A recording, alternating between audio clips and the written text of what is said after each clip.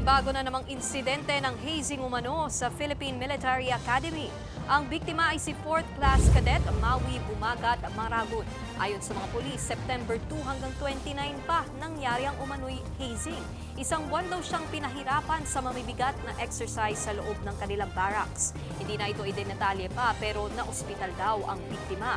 Giit naman ng PMA, hindi pa ito maituturing na hazing dahil lumalabas daw sa kanilang pagsisiyasat na away magkaklase ito. Sa kabila niyan, sinuspinde na muna o hindi na muna makapapasok ang dalawang kaklase ni Maragut na nanakit umano sa kanya. Pinatawa naman ang 10 days na confinement sa kanyang kwarto at 210 na touring hours ang sinasabing squad leader na isang upperclassman. Wala pa namang pahayag dito si Maragut.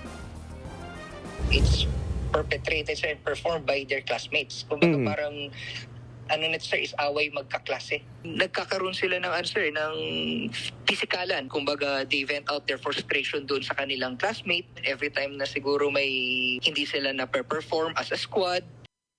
Mga kapatid, Nikki de Guzman po. Para sa mga impormasyong dapat ninyong malaman, mag-follow at mag-subscribe na sa social media pages ng News 5.